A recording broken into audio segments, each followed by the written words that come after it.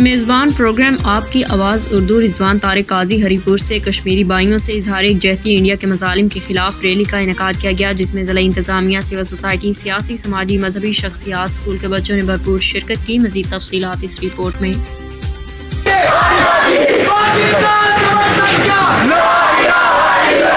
کشمیری بھائیوں پر انڈیا کی جانب سے ڈھائے گئے مظالم کے خلاف ہری پور میں ریلی نکالی گئی، جو شیرم والا گیٹ سے شروع ہو کر صدیق اکبر چوک پر اختتام پذیر ہوئی۔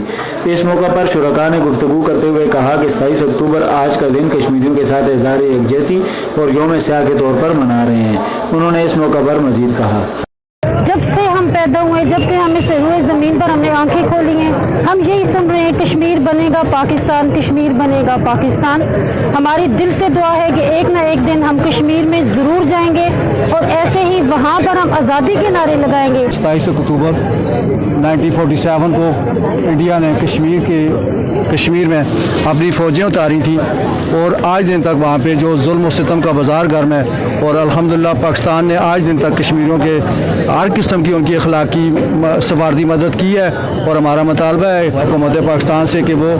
کشمیریوں کی مدد کو جاری رکھے۔ کشمیر ہمارا اپنا حصہ ہے اور ہم لوگ جو ہے اس پہ انڈیا کی بربریت اور انڈیا کا یہ جو بیجا قبضہ ہے، اس کو کسی صورت ہم قبول نہیں کرتے ہیں، اور انشاءاللہ ہم اپنے مرتے دم تک اور آئندہ آنے والی نسلوں تک یہ اس چیز کا اظہار کرتے ہیں، اور اس چیز کا انشاءاللہ ارادہ ہے کہ ہم اسے آزاد کروا کے رہیں گے۔ اس ریلی میں اسکول کے بچوں نے کشمیریوں کے حق میں نعرہ بازی کی اور کشمیری پرچم اٹھا کر اظہار یکجہتی کا مظاہرہ کیا۔